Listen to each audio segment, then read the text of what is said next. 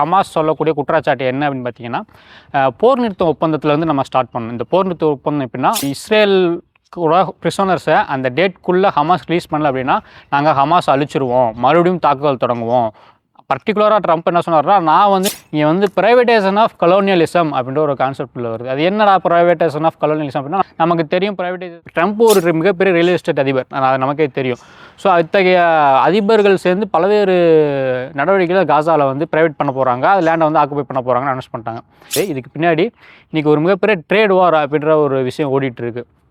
என்ன ட்ரேட் வார் அப்படின்னா, இன்றைக்கி உலகத்தில் தன்னோட ஆதிக்கத்தை நிலைநாட்டுறதுக்கு வந்து அது செமிகண்டக்டர்ஸை மேக் பண்ணுறதுக்கு தேவையான எல்லா மினரல்ஸில் ஒரு 14 மினரல்ஸ் வந்து உக்ரைனில் இருக்குது. இதெல்லாம் வந்து அமெரிக்கா கிடைச்சா லட்டு மாதிரி தூக்கி இந்த ஒட்டுமொத்த சர்வதேச சந்தையுமே வாயில் போட்டு போயிடும் அமெரிக்கா.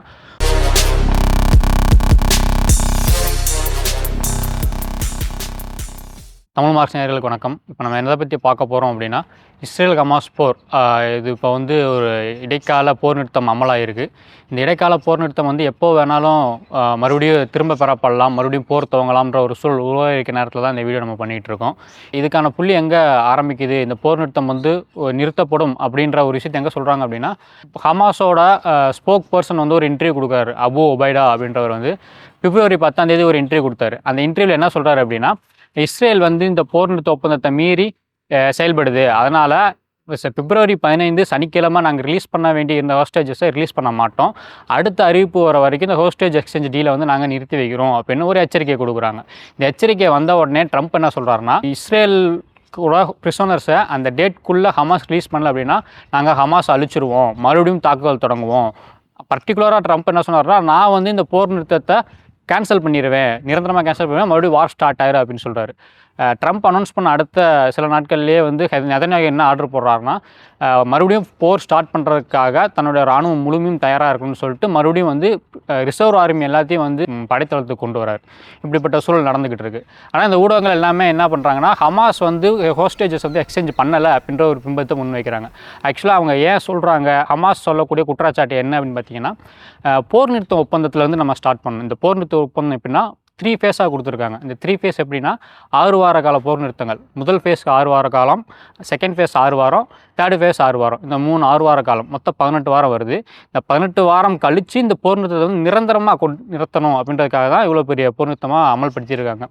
இந்த 3 ஃபேஸ்லேயும் சில ஒர்க்ஸும் சொல்லியிருக்காங்க. என்ன அப்படின்னா, ஃபஸ்ட்டு ஃபேஸில் அந்த மக்களுக்கு தேவையான, பாலஸ்தீனர்களுக்கு தேவையான அத்தியாவசிய பொருட்கள் கொடுக்கணும். அந்த 6 வாரத்தில் மொத்தம் 12,000 ட்ரக்கு வந்து டெலிவரி ஆகிருக்கணும் உள்ள. அதே போல் வந்து இன்னொன்று என்ன சொல்லியிருக்காங்கன்னா, அங்கே வீடுகள் எல்லாத்தையும் கிட்டத்தட்ட 90% வீடுகளை இஸ்ரேல் அழிச்சிருச்சு.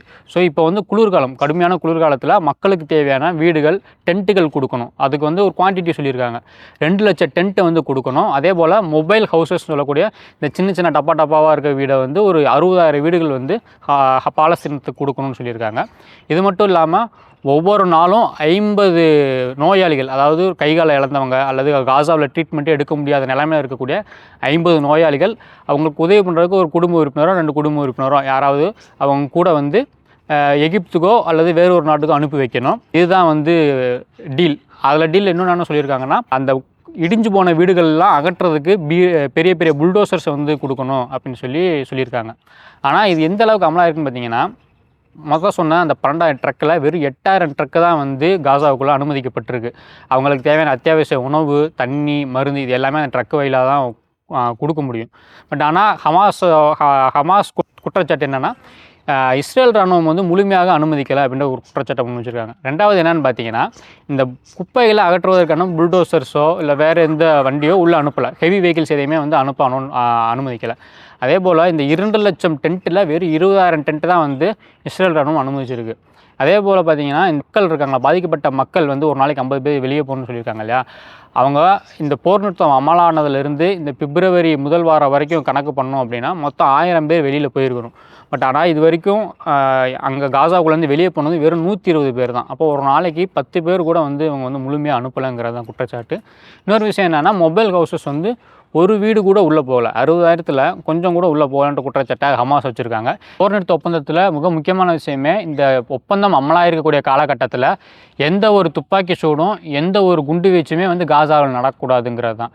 ஆனாலும் அதை மீறி இஸ்ரேல் ராணுவம் துப்பாக்கி சூடு நடத்துது, கொலைகளை பண்ணுது அப்படின்ற விஷயத்தை ஹமாஸ் வந்து ஸ்ட்ராங்காக குற்றச்சாட்டு வைக்கிறாங்க. அதை வந்து கிரெடில், மிடில் ஈஸ்ட் மானிட்டர், இந்த மாதிரி பல்வேறு அந்த மத்திய கிழக்குலேருந்து இயங்கக்கூடிய பல ஊடகங்கள் வந்து இதை வந்து பதிவு பண்ணியிருக்கிறாங்கன்றது தான். ட்ரம்ப் ஆட்சிக்கு வரதுக்கு முன்னாடி என்ன சொன்னார்னா, நான் ஆட்சிக்கு வந்தேன் அப்படின்னா பதவி ஏற்ற பிறகு ஒரே நாளில் வந்து யுக்ரைன் ரஷ்யா வார நிப்பாட்டுவேன், அதே மாதிரி காசா போரை நிப்பாட்டுவேன்னு சொன்னார். ஆனால் காசா போரை நிப்பாட்டுவேன், அதுக்கான பேச்சுவார்த்தைகளை நடத்துவேன்னு சொன்ன ட்ரம்ப்பு இந்த ஹோஸ்டேஜஸ் டீலில் ஹமாஸ் வைக்கக்கூடிய குற்றச்சாட்டில் என்ன இருக்குன்றதை பார்க்காம நேரடியாக வந்து ஹமாஸ் தான் தப்பு, பொதுவாக வந்து இந்தியாவில் சொல்லுவோம் இல்லையா, எது நடந்தாலும் சிறுபான்மை மேலே தான் தப்பு, தலித்கள் மேலே தான் தப்புன்ற மாதிரி அவர் வந்து ஹமாஸ் மேலே தான் தப்பு, இஸ்ரேல் வந்து ஒன்றுமே பண்ணலை அப்படின்ற ஒரு வாதத்தை முன்வைக்கிறார். சரி, ட்ரம்ப் ஏன் இப்படி பண்ணணும்? ட்ரம்ப் வந்து போர் நிறுத்தம் அமல்படுத்துன்னு சொன்னார், அதுக்கான பேச்சுவார்த்தைகள் நடத்தாத ஊடகங்கள் பேசுகிறாங்களே தவிர ட்ரம்ப்பு ஏன் இந்த அனௌன்ஸ்மெண்ட்டை கொடுத்தாரு, மறுபடியும் ஏன் பாலஸ்தீனர்கள் மேலே ஒரு நெருக்கடியை உருவாக்குறாரு அப்படின்றத பேசலை. அதுக்கு வந்து நம்ம ட்ரம்ப்பு நெதன்யாகு சந்தித்த அந்த சந்திப்பை பற்றி பேச வேண்டியது இருக்குது. பிப்ரவரி 4 நெதன்யாகு ட்ரம்ப்பை சந்திக்கிறதுக்காக இஸ்ரேலேருந்து அமெரிக்கா வராரு. 2 பேரும் சந்தித்து பேசுகிறாங்க. ஒரு ஜாயின்ட் ப்ரெஸ் மீட் கொடுக்குறாங்க. அந்த ஜாயின்ட் ப்ரெஸ் மீட்டில் ட்ரம்ப் சொன்னது மிக முக்கியமான வார்த்தை. பிப்ரவரி 4, இன்றைக்கி வந்து பிப்ரவரி 14 இந்த வீடியோ பண்ணிக்கிட்டு இருக்கோம். இந்த 10 நாட்களாக ட்ரம்ப் பேசின விஷயம் தான் வந்து மிகப்பெரிய அளவில் சர்வதேச அரசியல் முக்கியமான விவாத பொருளாக இருக்குது. என்ன சொல்கிறாரு அப்படின்னா, காசாவை வந்து நாங்களே வந்து குப்பைகள் அகற்றுவோம், மறுகட்டமைப்பு செய்வோம், புதிய பில்டிங் கட்டுவோம் அப்படின்றாரு. அதை கட்டமைப்போம், ஆனால் அது வந்து காசாவில் இருக்கக்கூடிய பாலஸ்தீனர்களுக்கானது அல்ல அப்படின்றாரு. அப்புறம் சரி, பாலஸ்தீனர்கள் எங்கடா போவாங்கன்னா, பாலஸ்தீன மக்கள் எல்லாத்தையும் பக்கத்து நாட்டில் இருக்கக்கூடிய எகிப்து, ஜோர்டான் இந்த மாதிரி நாடுகளுக்கு அனுப்பிச்சிருவோம் அப்படின்னு அவர் ஒரு பகிரங்கமாக அந்த ஸ்டேட்மெண்ட்டில் சொல்கிறாரு. இது வந்து உடனே உலக அளவில் பெரிய விவாத பொருளாகிடுச்சு. ட்ரம்ப் வந்து அதை சொன்னதுக்கப்புறம் நேதன்யாகு அதை வரவேற்கிறார். ட்ரம்ப் சொன்னது சரிதான், இது நல்ல முடிவு அப்படின்றாரு. இதுக்கு தினந்தோறும் கண்டனங்கள் வருது. ஐரோப்பிய நாடுகள் உட்பட பாலஸ்தீனர்களுக்கான உரிமை இருக்குது, அவங்க தங்கலாம் அப்படின்ற ஒரு ஸ்டேட்மெண்ட்லாம் கொடுக்குறாங்க. ஆனால் அது எதுவுமே வந்து நேதன்யாகு ட்ரம்ப்போ கண்டுக்கல. இந்த மாதிரி கண்டனங்கள் வரும்போது நேதன்யாகு என்ன சொல்கிறாருன்னா, எந்தெந்த நாடுகள்லாம் பாலஸ்தீனத்தை ஒரு நாடு அங்கீகரிக்கீங்களோ அவங்களாம் பாலஸ்தீன மக்களை வச்சுக்கோங்க, உங்களோட நிலத்தை அவங்களுக்கு கொடுங்க அப்படின்றாரு. அப்புறம் ஒரு 2 நாள் கழித்து என்ன சொல்கிறாருன்னா, இந்த சவுதி அரேபியாவில் வந்து அவங்க வந்து நிலத்தை வந்து பாலஸ்தீன மக்களுக்கு கொடுக்கட்டும், அவங்க அங்கே வச்சுக்கிட்டும் அப்படின்றாரு. ஸோ ட்ரம்ப் என்ன சொல்கிறாருன்னா, கிட்டத்தட்ட 20 லட்சம் பாலஸ்தீனர்கள் அங்கே காசாவில் வந்து வெளியே தூண்டுறதுல ஸ்ட்ராங்காக இருக்கார். அதுக்கப்புறம் நெதன்யாகு மறுபடியும் ஒரு ஆர்டர் போடுறாரு. ட்ரம்ப் சொன்னதை நாங்கள் அமல்படுத்த போகிறோம், அதுக்கு வந்து டிப்போசன், அதாவது அங்கே இருக்கக்கூடிய பாலஸ்தீனர்களை வெளியேற்றுறதுக்கு இராணுவம் தயாராக இருக்கணும், நான் தயாராக இருக்க சொல்லிட்டேன் அப்படின்ற விஷயத்தையும் சொல்கிறார். ஸோ இது வந்து ஒரு ஷேக் கொடுக்குது. என்னடா இந்த மனுஷன் போர் நிறுத்தம்னு சொல்லிட்டு இனப்படுகொலை தான் போகிறேன், அப்படி வந்து மறுபடியும் ஒரு இனப்படுகொலை நடத்த ஆரம்பிக்கிறானே, இது மறுபடியும் ஒரு அல்-நக்பா உருவாகுது அப்படின்ற ஒரு பிரச்சனை வரும்போது தான் இங்கே வந்து ப்ரைவேட்டைசேஷன் ஆஃப் கலோனியலிசம் அப்படின்ற ஒரு கான்செப்டில் வருது. அது என்னடா ப்ரைவேட்டைசேஷன் ஆஃப் கலோனியலிசம் அப்படின்னா, நமக்கு தெரியும் ப்ரைவேட்டைசேஷன்னா ஒரு தனியார் நிறுவனம் வர்றது அல்லது ஒரு அரசு நிறுவனத்தை வந்து தனியார்கிட்ட கொடுக்குறது, இதெல்லாம் ஓகே ப்ரைவேட்டைசேஷனாக இருப்போம். கலோனியலிசம் அப்படின்னா வெளியிலேருந்து வரக்கூடிய ஒரு கம்பெனியோ ஒரு நாடோ இன்னொரு நாட்டை வந்து ஆதிக்கம் பண்ணுறது, சுரண்டுறது, இதெல்லாம் தெரியும். பட் ஆனால் காசாவில் என்ன நடக்குது, அதே நேரத்தில் இன்றைக்கி சமூக சூழல் எப்படி இருக்குது, இன்றைக்கி அரசாங்கமே வேறு ஒரு நாட்டில் இருக்கக்கூடிய தனியார் நிறுவனங்களை நம்ம கூப்பிட்றோம். தமிழ்நாடாக இருந்தாலும் அதில் இடதுசாரி கவர்மெண்ட்டாகவே இருந்தாலும் தனியார் நிறுவனங்களை கூப்பிட்டு சமூக வளர்ச்சிக்காக பயன்படுத்துறது யதார்த்தமாக இன்றைக்கி நியூ லிபரல் சொசைட்டியில் வந்து யதார்த்தமானது. ஆனால் காசாவில் என்ன நடக்குது அப்படின்னா, காசாவில் பெரிய பெரிய மாட மாளிகைகள், ரிசார்ட்டு, ஹோட்டல்ஸு, இன்னும் குறிப்பாக சொல்லப்போனால் கேசினோஸு, கிளப்ஸு இதெல்லாம் கட்டுவேன், ஒட்டுமொத்த காசாவுமே ரியல் எஸ்டேட்டுக்கான ஒரு இடமா மாற்றுவேன் அப்படின்றாரு. அதாவது மிடில் ஈஸ்ட்டில் மிகப்பெரிய ரியல் எஸ்டேட்டோட இடமா காசாவை மாற்றுவேன்றதை பகிரங்கமாக சொல்லியிருக்காரு. அதில் இன்னொன்று என்ன சொல்கிறாருன்னா, இந்த காசாவோட கடற்கரை இருக்குது இல்லையா, அந்த கடற்கரையில் தான் இதில் பெருவாரியான கேசினோஸு இந்த கட்டமைப்பில் கொண்டு வர போகிறேன், அந்த இடத்த ஒரு ரிசார்ட்டாக மாற்றிட்டு ஒரு மிகப்பெரிய சுற்றுலாத்தலமாக நான் கொண்டு வர போகிறேன் அப்படின்ற ஒரு வாதத்தை முன்வைக்கிறார். ட்ரம்ப் ஒரு மிகப்பெரிய ரியல் எஸ்டேட் அதிபர், அது நமக்கே தெரியும். ஸோ இத்தகைய அதிபர்கள் சேர்ந்து பல்வேறு நடவடிக்கைகளை காசாவில் வந்து ப்ரைவேட் பண்ண போகிறாங்க, அது லேண்டை வந்து ஆக்குபை பண்ண போகிறாங்கன்னு அனௌன்ஸ் பண்ணிட்டாங்க. அங்கே இருக்கக்கூடிய 20 லட்சம் மக்களையும் காசாவில் வந்து தொடச்சி எரிஞ்சிட்டு, அதாவது அவங்களால பொருளாதார பலனே கிடையாது, அந்த காசாவில் இருக்கக்கூடிய மக்கள்னால அவங்களோட அறிவை வந்து இவன் பயன்படுத்த மாட்டான், அவனோட உழைப்பை பயன்படுத்த மாட்டான்ற போது அந்த மக்கள் அங்கே இருந்து இந்த நிறுவனங்களுக்கு என்ன பிரயோஜனன்ற அடிப்படையில் அந்த நிறுவனங்களே டைரெக்டாக வந்து கலோனியலிசம் அந்த காலனி ஆதிக்க மனநிலிருந்து அங்கே செயல்படுறாங்க. கலோனியலிசத்து ஆரம்ப காலகட்டமே அதான், நேரடியாக வந்து ஒரு தனியார் நிறுவனங்கள் உள்ளே வரும், அந்த இடத்த ஆக்குபை பண்ணும், அதை வந்து சுரண்டும், அங்கேருந்து லாபம் சம்பாதிக்க தன்னோட சொந்த மண்ணுக்கு கொண்டு போகும், அல்லது வேறு ஒரு இடத்துல முதலீடு பண்ணும். அதுதான் வந்து இன்றைக்கி வந்து ட்ரம்ப் சொல்லக்கூடிய இந்த ரியல் எஸ்டேட் பிஸ்னஸ் வந்து காசாவில் பண்ண போகுது.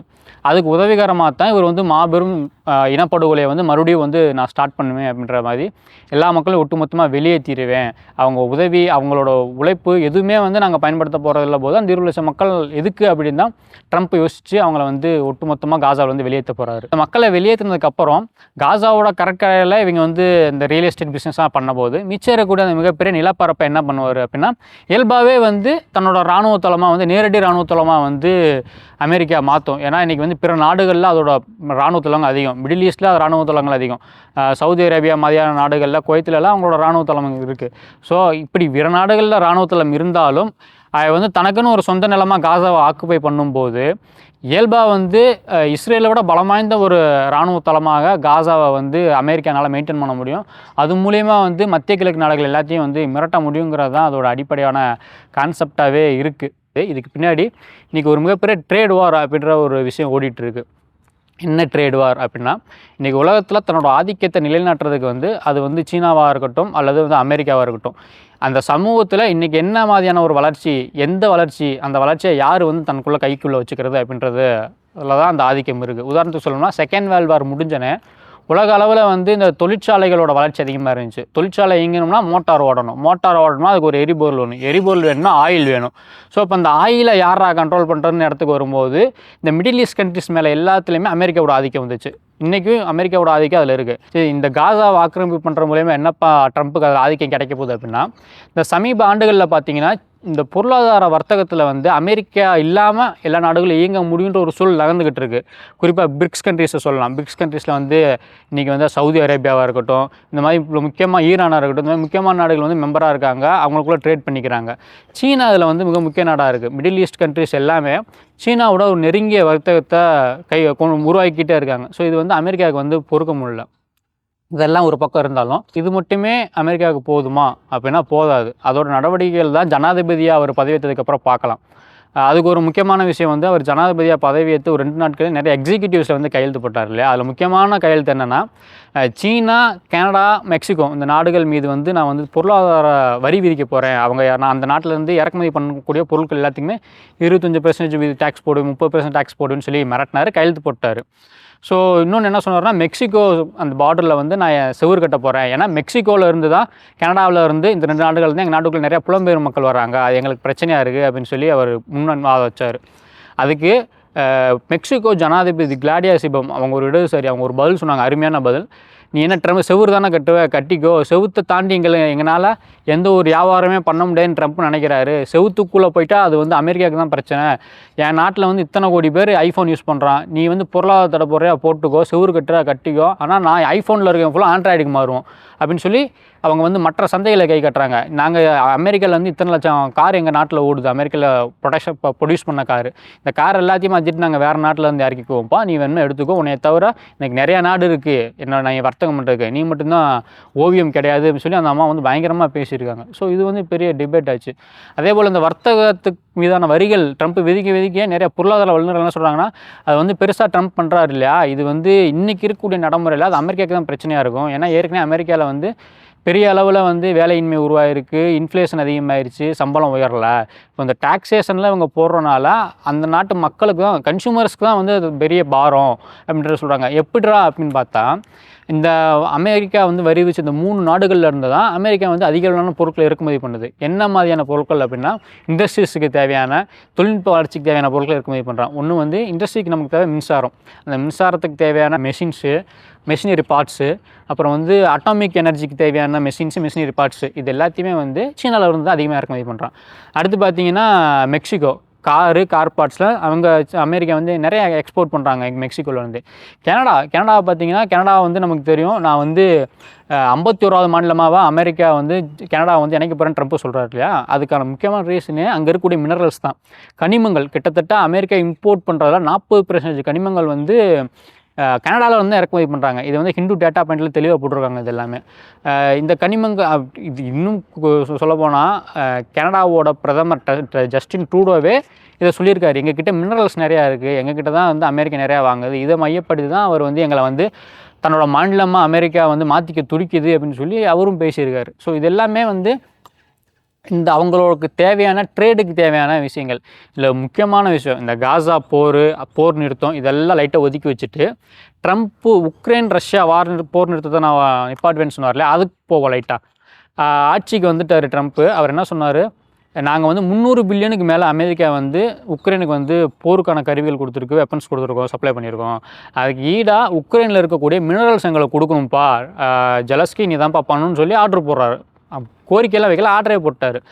அதே மாதிரி ஏன் அவர் சொன்னார் அப்படின்னா, ஒரு 50 விதமான மினரல்ஸை வந்து இவங்க வந்து ஒரு முக்கியமான மினரல்ஸாக சொல்லியிருக்காங்க. அந்த 50 மினரல்ஸும் கிடைக்கிறதுக்கு அரிதான மினரல்ஸ் ஒன்று. இன்னொன்று வந்து பார்த்திங்கன்னா இன்றைக்கி இருக்கக்கூடிய இந்த தொழில்நுட்ப உலகத்தில் ஏஐ தொழில்நுட்பம் வந்துருக்கு இல்லையா, இது எல்லாத்தையுமே தொழில்நுட்பம் அப்படின்றாலே செமிகண்டக்டர்ஸ் இம்பார்ட்டன்ட். இந்த செமிகண்டக்டர்ஸை மேக் பண்ணுறதுக்கு தேவையான எல்லா மினரல்ஸில் ஒரு 14 மினரல்ஸ் வந்து உக்ரைனில் இருக்குது. இதெல்லாம் வந்து அமெரிக்கா கிடைச்சா லட்டு மாதிரி தூக்கி இந்த ஒட்டுமொத்த சர்வதேச சந்தையுமே வாயில் போட்டு போயிடும் அமெரிக்கா. ஸோ ஆனால் இந்த மினரல்ஸில் பெரும்பகுதி உக்ரைனில் இருக்கிறத வந்து இன்றைக்கி ரஷ்யா ஆக்குப்பை பண்ணியிருக்கு அந்த வாரில். ஸோ இது ஒரு முக்கியமான விஷயம்.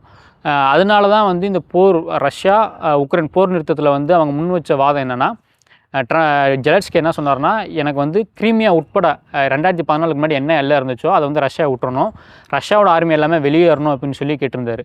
ஆனால் இன்றைக்கி ஹீக்ஸெத் அப்படின்ற நம்ம அமெரிக்காவோட டிஃபென்ஸ் செக்ரட்டரி என்ன சொல்லிட்டாருன்னா 2 நாளைக்கு முன்னாடி நடந்த மீட்டிங்கில், உக்ரைன் கேட்குற மாதிரிலாம் வந்து பண்ண முடியாது, போர் நிறுத்தம் நடக்கும், ஆனால் இப்போ என்ன லேண்ட் இருக்கோ அதை நம்ம பேசிக்கலாம், 2014 முன்னாடி உக்ரைனுக்கு என்ன லேண்ட் இருந்துச்சோ அதெல்லாம் திரும்பி வாங்கி கொடுக்க முடியாதுன்னு சொல்லிட்டாரு.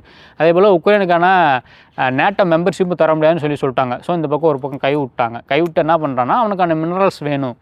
எதுக்குப்பா ட்ரம்ப் இவ்வளோ மினரல்ஸ்க்கு அடிச்சுக்கிறான் அப்படின்னா, இன்றைக்கி வந்து இத்தனை வருஷத்தை விட இந்த 2025 வந்து ட்ரம்ப்புக்கு குறிப்பாக அமெரிக்காவுக்கு மிகப்பெரிய சவாலான வருஷம். ஏன் அப்படின்னா, இந்த தொழில்நுட்ப வளர்ச்சி இருக்குது இல்லையா, செமிகண்டக்டர், இதில் வந்து சீனா அடித்து மேலே வர ஆரம்பிச்சிருச்சு. இப்போ வரைக்கும் உலகில் முதல் 10 நிறுவனங்களில் 2 நிறுவனம் 3 நிறுவனம் தான் சீனாவோட செமிகண்டக்டர்ஸ் நிறுவனம் இடம் பிடிச்சிருக்காங்க. அதுக்கே பல வருஷம் ஆச்சு. இப்போவும் அமெரிக்காவோட என்விடியான்ற நிறுவனம் தான் வந்து ஃபஸ்ட்டு இடத்துல இருக்குது செமிகண்டக்டர்ஸ் மேனுஃபேக்சரிங்கில். ஸோ ஆனால் இது வந்து என்னன்னா 2024 எண்டில் ஜோ பைடன் வந்து சீன நிறுவனத்து மேலே ஒரு பொருளாதார தடை போட்டார். அவன் என்ன பண்ணுறான்னா, சீனா நீ தடையாக போடுறா, நானே பணத்தை போட்டு நானே உற்பத்தி பண்ணுறேன்னு சொல்லிட்டு செமிகண்டக்டர்ஸை இம்போர்ட் பண்ணுறதுக்கு பதிலாக அதிக அளவில் ப்ரொடியூஸ் பண்ண ஆரம்பிச்சிட்டான்.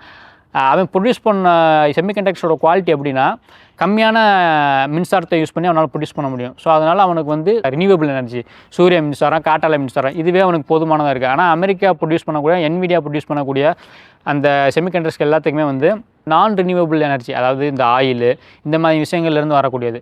ஸோ இது எல்லாமே வந்து பார்த்திங்கன்னா சுற்றுச்சூழலை பாதிக்கக்கூடிய விஷயங்களை வந்து நிற்குது. சீனா உற்பத்தி பண்ணக்கூடிய செமிகண்டக்டர்ஸ் வந்து சுற்றுச்சூழலை பெருமளவில் பாதிக்காது. அதாவது அமெரிக்கா சைடு வந்து பெருமளவில் பாதிக்குது. ரெண்டாவது விஷயம் பார்த்திங்கன்னா, சீனா வந்து கம்மியான காஸ்ட்டில் உற்பத்தி பண்ணி கம்மியான காஸ்ட்டில் அது இன்னும் ஓப்பன் சோர்ஸாக கொடுக்குறான். ஆனால் அது வந்து நான் அமெரிக்கா பண்ணக்கூடியதோ இல்லை மற்ற நாடுகள் பண்ணக்கூடிய ஓப்பன் சோர்ஸ் கிடையாது, கம்மியான காஸ்ட் கிடையாது. ஸோ அதனால் அமெரிக்க நிறுவனங்களே வந்து சீனாவை நோக்கி வர ஆரம்பிச்சா செமிகண்டக்டர்ஸில். ஸோ இந்த விஷயம் வந்து இந்த 1 வருஷமோ 2 வருஷமோ தொடர்ந்தால் இந்த சர்வதேச அரசியலில் வந்து ஈஸியாக வந்து சீனா வந்து அமெரிக்காவை ஓவர்டேக் பண்ணிடும். ஏன்னா இன்றைக்கி வந்து சீனா சோஷலிஸ்ட்டை நோக்கி போகலான்ற ஒரு பல கேள்விகள் இருந்தாலும், ஒரு இடதுசாரி தத்துவத்தை பின்பற்றக்கூடிய ஒரு நாடு வந்து தன்னோட உற்பத்தியில் முதலாளித்துவ நாடுகளை வீழ்த்தி முன்னேறணும், அதை நோக்கி தான் இன்றைக்கி சீனா போய்கிட்டு இருக்குது. ஸோ இன்றைக்கி வந்து இந்த ட்ரேட் வார் அப்படின்ற விஷயத்துக்கு வந்து ட்ரம்ப்புக்கு வந்து காசாவும் வேணும், உக்ரைனும் வேணும், கனடாவும் வேணும், இன்னும் சொல்லப்போனால் கிரீன்லாந்து, மெக்சிகோ எல்லாத்தையும் ஆக்குபை பண்ணி அதில் இருக்கக்கூடிய சோர்ஸஸ்லாம் வச்சு சீனாவை வந்து பீட் பண்ணணும், பொருளாதார வேலாதிக்கத்தை நம்ம சீனா மேலே திணிக்கணும் அப்படின்ற ஒரு இடத்துக்கு இன்றைக்கி அமெரிக்கா வந்துக்கிட்டு இருக்குது. ஸோ இதை தான் வந்து நம்ம காசாவிலேருந்து இன்றைக்கி உக்ரைன் வரைக்கும் ட்ரம்ப்போட அரசியல் பின்னணியில் இருக்கக்கூடிய ஒரு சின்ன விஷயம். இது இல்லாமல் இன்னும் நிறைய விஷயங்கள் உள்ள அமைஞ்சிருக்கு. இப்போ நான் சொன்ன விஷயத்துலேருந்தே பல்வேறு கிளைகள் பிரித்து பார்த்தா அது ஒரு 10 நிமிஷம் 20 நிமிஷத்துக்கு மேலே நம்மளால் பேச முடியும். ஸோ அதனால் இதை வந்து நம்ம தொடர்ச்சியாக ட்ரம்ப் என்ன பண்ணுறாரு, ட்ரம்ப்போட அரசியலுக்கு பின்னாடி என்ன மாதிரியான விஷயங்கள் இருக்குது, அதை ஒரு இடதுசாரி பார்வையில் நம்ம எப்படி பார்க்கணுன்ற விஷயத்தை இன்னும் வரக்கூடிய நாட்களில் ஒவ்வொரு வாரமும் நம்ம பார்க்கலாம். அது வரைக்கும் தமிழ் மார்க்ஸ் சேனலோட எல்லோரும் இணைஞ்சிருங்க. அனைவருக்கும் நன்றி.